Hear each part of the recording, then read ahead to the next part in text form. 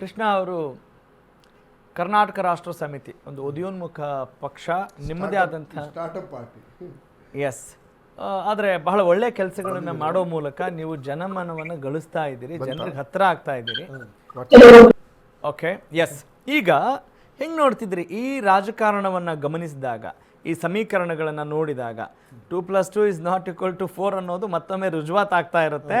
Anything can happen in politics ಅನ್ನೋದಕ್ಕೆ ಇದಕ್ಕಿಂತ ದೊಡ್ಡ ದೊಡ್ಡ ಉದಾಹರಣೆಗಳು ಕೂಡ ನೀವು ನೋಡಿದ್ದೀರಿ, ಗಮನಿಸ್ತಾ ಇದ್ದೀರಿ. ಸದ್ಯಕ್ಕೆ ಮತ್ತೊಂದು ಪ್ರಸಂಗ ನಮಗಿಲ್ಲಿ ಬಂದಿದೆ ಪಕ್ಕದ ರಾಜ್ಯದಲ್ಲಿ. ಈಗ ನಿಮ್ಮ ಪಕ್ಷದ ವತಿಯಿಂದ ಇದನ್ನೆಲ್ಲ how do you look into it?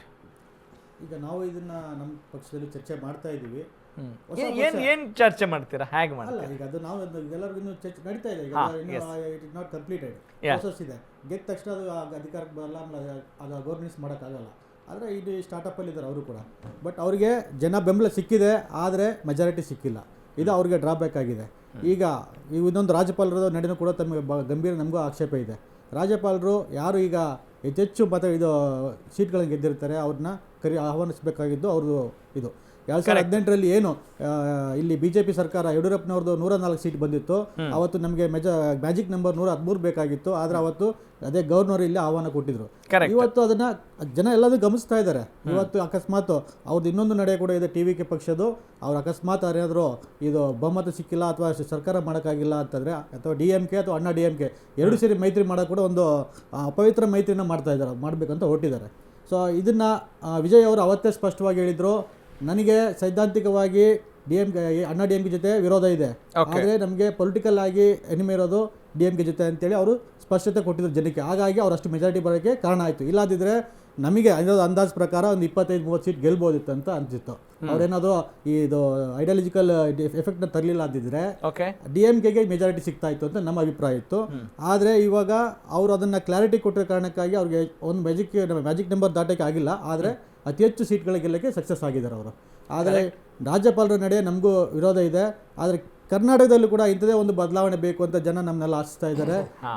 ಇವತ್ತು ಕರ್ನಾಟಕದಲ್ಲಿ CT ಸಿಂಬಲು ಈ ಹಿಂದೆ ಏನು ಲೋಕಸತ್ತಾ ಪಕ್ಷ ಇತ್ತು ಅದು ಆಲ್ರೆಡಿ ಅಲ್ಲಿ ಬಳಸ್ತಾ ಇದ್ರು. ಅದಾದ್ಮೇಲೆ ನಮ್ಮ ಪಕ್ಷ ಬಹಳಷ್ಟು ಕಾಲ ಅದನ್ನ ನಾವು ಚುನಾವಣೆ ಸಿಂಬಲ್ ಆಗಿ ಭ್ರಷ್ಟಾಚಾರದ ವಿರುದ್ಧ ಜಾಸ್ತಿ ಹೋರಾಡ್ತಾ ಇದ್ದೀರಿ. ಹೌದು. ಓಕೆ, ಈಗ ಈ ಕುದುರೆ ವ್ಯಾಪಾರ, ಆ ವ್ಯಾಪಾರ, ರೆಸಾರ್ಟ್ ರಾಜಕೀಯ ಅಂತ ನೀವು ನೋಡುವಾಗ ನೀವು ಹೆಂಗೆ ಇದಕ್ಕಿಂತ ಭಿನ್ನ ಆಗ್ಬಹುದು, ವಿಭಿನ್ನ ಆಗಿ ನಿಲ್ಬಹುದು ಅಂತ ನಿಮಗನ್ಸುತ್ತೆ? ನೀವು ಅಲ್ಲ, ಈಗ ನಿಮ್ದು ಈಗ ಯಾಕೆ ನೀವು ಅಸ್ತಿತ್ವಕ್ಕೆ ಇನ್ನೂ ಬಂದಿಲ್ಲ ಅಂತ ಅನ್ಸುತ್ತೆ ರಾಜಕಾರಣದಲ್ಲಿ, ಚುನಾವಣಾ ರಾಜಕಾರಣದಲ್ಲಿ? ನಿಮ್ಮ ಅನಿಸಿಕೆ ಪ್ರಕಾರ ಚುನಾವಣಾ ರಾಜಕಾರಣದಲ್ಲಿ ಇವತ್ತು ಬಹುತೇಕವಾಗಿ ದುಡ್ಡನ್ನ ಅನಿಸ್ತಾ ಇದ್ದಾರೆ ಜನರು ಕೂಡ. ಇವತ್ತು ಯಾರು ಗೆಲ್ತಾ ಇರೋರು ಯಾರು? ಜನರಿಂದನೇ. ಜನ ವೋಟ್ ಆಗಿದ್ದ ಕಾರಣಕ್ಕೆ ಅವ್ರು ಗೆದ್ದಿದ್ದಾರೆ. ಕಾಂಗ್ರೆಸ್ ಆಗಿರ್ಬೋದು, BJP ಆಗಿರ್ಬೋದು. ಎರಡು ವಿಚಾರ ಇದೆ. ಒಂದು, ಜಾತಿ ಧರ್ಮದ ವಿಚಾರನ ನಿರಂತರವಾಗಿ ಪಕ್ಷ ಇಲ್ಲಿ ಇದೆ. ಈ ಎರಡು ಪಕ್ಷಗಳು ಇಲ್ಲಿ ನಡೆಸ್ತಾ ಇದೆ. ಇಡೀ ದೇಶದಲ್ಲಿ ನಡೀತಿದೆ, ಇಲ್ಲ ಅಂತಲ್ಲ. ಒಂದು ಸಾಮಾಜಿಕ ನ್ಯಾಯ ಅಂತೀವಿ, ಆದರೆ ಭ್ರಷ್ಟಾಚಾರ ವಿರುದ್ಧ ಯಾರು ಕೂಡ ಧ್ವನಿ ಎತ್ತಾ ಇಲ್ಲ. ಇವತ್ತು ಏನು ಈಗ ಹಾಲಿ ಮುಖ್ಯಮಂತ್ರಿಗಳಿದ್ದಾರೆ, ಉಪಮುಖ್ಯಮಂತ್ರಿಗಳು DK ಶಿವಕುಮಾರ್ ಇದ್ದಾರೆ. ಇವರು 40% SPACIM ಅಂತೇಳಿ ಅಭಿಯಾನ ಮಾಡಿದ್ರು. ಇವು ಸದ್ದು ಮಾಡ್ತಾರೆ ಬೆಂಗಳೂರಲ್ಲಿ, ರಾಜ್ಯದಲ್ಲಿ. ಆದರೆ ಇವತ್ತು ಯಾವ ತನಿಖೆ ಮಾಡ್ತಾ ಇದ್ದಾರೆ, ಯಾರಿಗೆ ಶಿಕ್ಷೆ ಆಗಿದೆ BJPಗೆ. ಹಾಗಾಗಿ ಇವೆಲ್ಲ ಹೊಂದಾಣಿಕೆ ರಾಜಕಾರಣ, ಬರೀ ಗಿಮಿಕ್ಗಳು ಅಂತೀರಿ. ಹೌದು, ಈ ಥರ ಗಿಮಿಕ್ಗಳು ನಮಗೆ ಪಕ್ಷ ಮಾಡ್ತಾ ಇಲ್ಲ. ಅದಕ್ಕಾಗಿ ನಾವು ಹಿಂದೆ ಇದೀವಿ ಅಂತ ನಾವು ಅಂದ್ಕೊಂಡಿದ್ವಿ. ಹಾಗಾದ್ರೆ ನೆಕ್ಸ್ಟ್ ನೀವು ಗಿಮಿಕ್ ಮಾಡ್ತೀರಾ ಮುಂದೆ ಬರೋಕ್ಕೆ? ಗಿಮಿಕ್ ಏನು ಮಾಡಲ್ಲ, ಆದರೆ ಸತ್ಯ ಮತ್ತು ಪ್ರಾಮಾಣಿಕತೆ, ಭ್ರಷ್ಟಾಚಾರ ವಿರೋಧ ನಡೀಲೇಬೇಕು. ಇವತ್ತಿಲ್ಲ ನಾಳೆ ಇದು ಬದಲಾಗುತ್ತೆ. ಯಾಕೆಂದರೆ ತಂತ್ರಜ್ಞಾನ ಇವತ್ತು ಕಳ್ಳತನಗಳು ಬಹುತೇಕವಾಗಿ ನಿಂತಿದೆ. ಈ ದೇಶದಲ್ಲಿ ನೋಡಿರ್ಬೋದು, ರಾಜ್ಯದಲ್ಲಿ ನೋಡಿರ್ಬೋದು. ಯಾವ ಕಾರಣಕ್ಕಾಗಿ ಕಳ್ಳತನಗಳು ನಿಂತ್ಕೊಳ್ತಾ ಇದೆ? CC ಕ್ಯಾಮ್ರಾಗಳು ಎಲ್ಲೆಡೆ ಅಳವಡಿಸ್ತಾ ಇದ್ದಾರೆ. ನಿಮ್ಮ ಮನೇಲೂ ಹಾಕಿರ್ತೀರಾ, ನಮ್ಮ ಫ್ಯಾಕ್ಟ್ರಿಲೂ ಹಾಕಿರ್ತೀವಿ, ಎಲ್ಲ ಕಡೆ CC ಕ್ಯಾಮ್ರಾ ಹಾಕ್ತಿದೆ. ಯಾಕೆ? ಕಳ್ಳತನಗಳನ್ನು ಯಾರು ಏನು ಮಾಡ್ತೀವಿ, ಏನೋ ಅನಾಹುತ ಆದರೂ, ಯಾವುದೇ ಕ್ರಿಮಿನಲ್ ಆ್ಯಕ್ಟಿವಿಟೀಸ್ ನಡೆದ್ರು ಕೂಡ ನಮಗೆ ಮಾಹಿತಿ ಸಿಗಲಿ, ಯಾರು ಮಾಡಿದ್ದಾರೆ ಅಂತೇಳಿ ನಮಗೆ ಸಾಕ್ಷ್ಯಗಳು ಸಿಗಲಿ ಅನ್ನೋ ಕಾರಣಕ್ಕಾಗಿ ಎಲ್ಲರೂ ಕೂಡ ನಾವು ಆಗ್ತಾಯಿದ್ವಿ. ನಮ್ಮ ಪಕ್ಷ ಕೂಡ ಇವತ್ತು ಸರ್ಕಾರಿ ಕಚೇರಿಗೆ ಹೋದ ತಕ್ಷಣ ಮೊಬೈಲಲ್ಲಿ ಆನ್ ಮಾಡ್ತಾಯಿದ್ವಿ, ಲೈವ್ ಮಾಡ್ತಾಯಿದ್ವಿ. ನಾಟ್ ಎಡಿಟ್ ವಿಡಿಯೋ, ಲೈವ್ ಮಾಡ್ತಾಯಿದ್ವಿ. ಯಾಕೆ? ನಾವು ಏನು ನಡೀತಾ ಇದೆ ನೈಜವಾಗಿ ಜನಕ್ಕೆ ಗೊತ್ತಾಗಿ ಸೋಷಿಯಲ್ ಮೀಡಿಯಾ ಪ್ಲಾಟ್ಫಾರ್ಮ್ನ ಚೆನ್ನಾಗಿ ಜನರಿಗೆ ಹತ್ರ ಆಗೋ ನಿಟ್ಟಿನಲ್ಲಿ ನೀವು ಪ್ರಯತ್ನ ಪಡ್ತಾ ಇದ್ದೀವಿ. ಹೌದೌದು. Okay, got it. Thanks for your first reaction Krishna.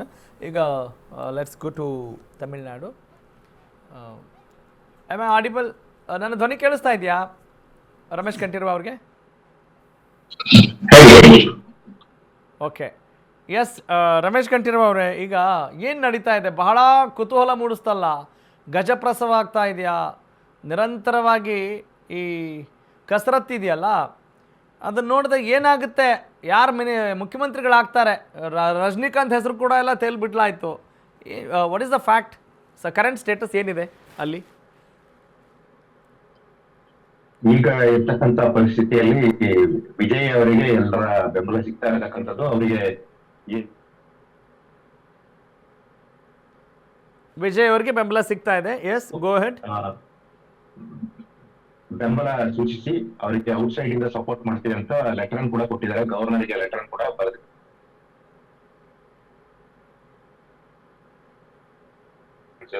ಆ ನಂತರದಲ್ಲಿ ವಿಜಯ್ ಅವರಿಗೆ ನಾವು ಸರ್ಕಾರ ರಚನೆ ಮಾಡೋದಕ್ಕೆ ಅನ್ಕಂಡೀಷನಲ್ ಆಗಿ ನಾವು ಸಪೋರ್ಟ್ ಮಾಡ್ತೀವಿ ಅನ್ನುವಂತ ಲೆಟರ್ ನ governor.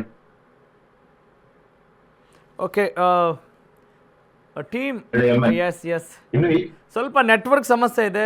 Better could you come on phone? ಒಂದಿಷ್ಟು ಫೋನು ಕೂಡ ಟ್ರೈ ಮಾಡ್ಬೋದು ಅಂತ ಅನ್ಸುತ್ತೆ. ಟೀಮ್ ಒಂಚೂರು ಟೆಕ್ನಿಕಲಿ ಫೋಕಸ್ ಮಾಡಿ. ಫೈನ್. ಓಕೆ, ರಘು ದೊಡ್ಡೇರಿ ಅವರು ಆರಂಭದಲ್ಲಿ ಮಾತನಾಡ್ತಾ ಇದ್ರು. ನೋಡಿ, ಒಂದು ನಿಮಿಷ, ಲೆಟ್ ಮಿ ಆಸ್ಕ್. ಏನು ಹೇಳ್ತಾ ಇದ್ರು ಅದನ್ನು ಗಮನದಲ್ಲಿ ಇಟ್ಕೊಂಡು ನಾವು ಮುಂದುವರ್ಸೋಣ.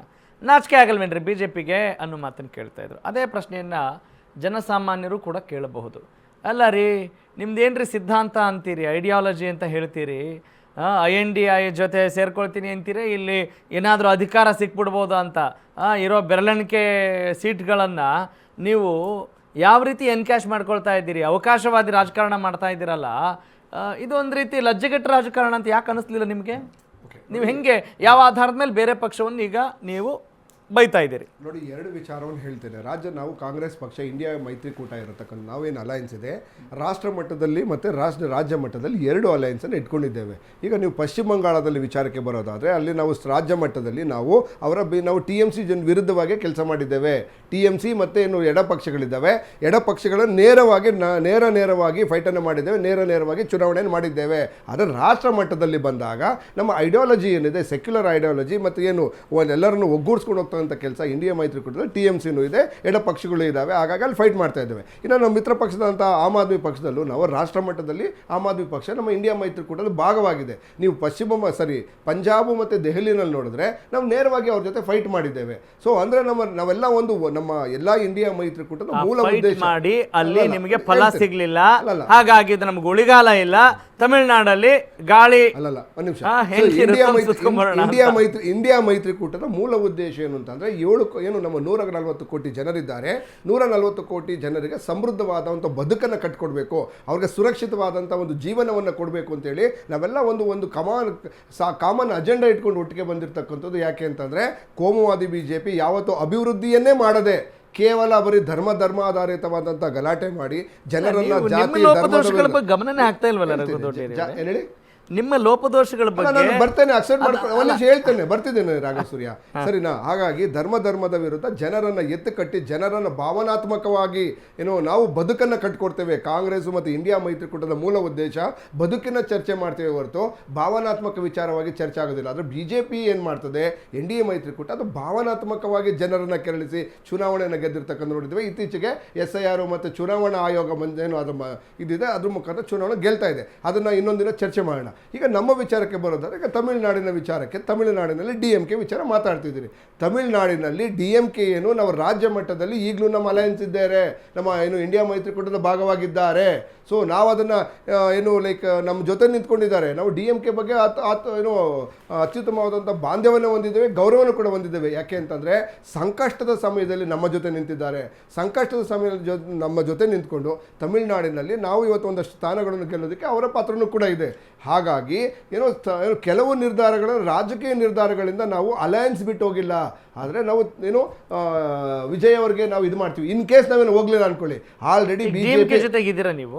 DMK ಜೊತೆ ಇದ್ದೇವೆ ನಾವು, ಸರಿನಾ? ಅಲಯನ್ಸ್ ಬಿಟ್ಟು ಹೋಗಿಲ್ಲ ನಾವು, ಅಲಯನ್ಸ್ ಬಿಟ್ಟು ಹೋಗಿಲ್ಲ. ನಮ್ಮ 5 ಶಾಸಕರೇನಿದ್ದಾರೆ, ಆ 5 ಶಾಸಕರು TVK ಜೊತೆ ಹೋಗಿದ್ದಾರೆ 2 ಕಾರಣದಿಂದ.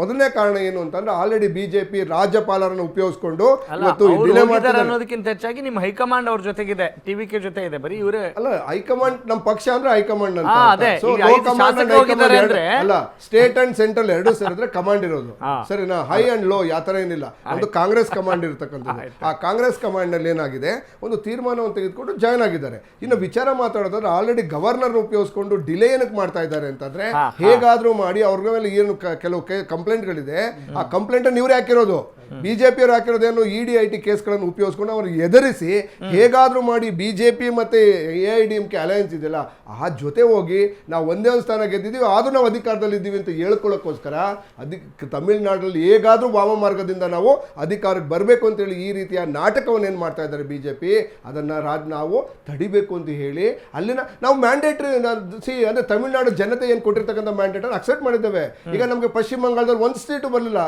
V accept the defeat. Accept ಮಾಡಲ್ದೆ ಇನ್ ವಿಧಿ ಏನಿದೆ ಹೇಳಿ? ಅಲ್ಲ ವಿಧಿ ಅಂತಲ್ಲ, ಮಾಡಲೇಬೇಕು. ಅಲ್ಲ ಅದರಲ್ಲಿ ಹೆಚ್ಚುಗಾರಿಕೆ ಇದೆ ಹೇಳಿ. ಹೆಚ್ಚುಗಾರಿಕೆ ಅಂತಲ್ಲ ನೋಡಿ, ಅಲ್ಲ ರಾಹುಲ್ ಗಾಂಧಿ ಅವರು ಒಂದು ಮಾತು ಹೇಳ್ತಾರೆ, ನಾವು ಯಾರೋ ಬಿಜೆಪಿ ಅವರು ಒಂದು ಮಾತನ್ನು ಕೇಳಿದ್ರು, ಏನ್ ಸರ್ ನಿಮ್ಮ ನೇತೃತ್ವದಲ್ಲಿ 1000 ಸೋಲ್ಗಳನ್ನು ಮಾಡಿದ್ರೆ 100 ಸೋಲ್ಗಳು ಅಂತ ಅಂದಾಗ, ಇಲ್ಲ 1100 ಅಲ್ಲ 1000 ಸೋಲ್ಗೆ ಬೇಕಾ ನಾನು ರೆಡಿ ಇದ್ದೇನೆ, ಒಪ್ಕೊಳ್ತೇನೆ, ಆದ್ರೆ ನನ್ನ ಐಡಿಯಾಲಜಿ ಬಿಟ್ಟು ಹೋಗೋದಿಲ್ಲ.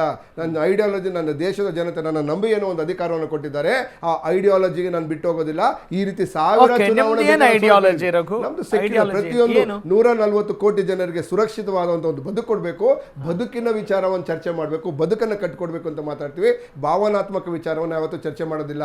ಸರ್ವ ಜನಾಂಗದ ಶಾಂತಿಯ ತೋಟ ಏನು ನಾವು ಕರ್ನಾಟಕದಲ್ಲಿ ಮಾತಾಡ್ತೀವಿ, ಆ ರೀತಿಯಾದಂತಹ ಸುರಕ್ಷಿತವಾದಂತಹ ಭಾರತವನ್ನು ಸುರಕ್ಷಿತವಾದಂತಹ ಒಂದು ತಾಣವನ್ನಾಗಿ, ಒಂದು ಅದ್ಭುತ ದೇಶವನ್ನಾಗಿ ಮಾಡಬೇಕು ಅನ್ನೋದು ನಮ್ಮ ಮೂಲ ಉದ್ದೇಶ, ರಾಹುಲ್ ಗಾಂಧಿ ಅವರ ಮೂಲ ಉದ್ದೇಶ.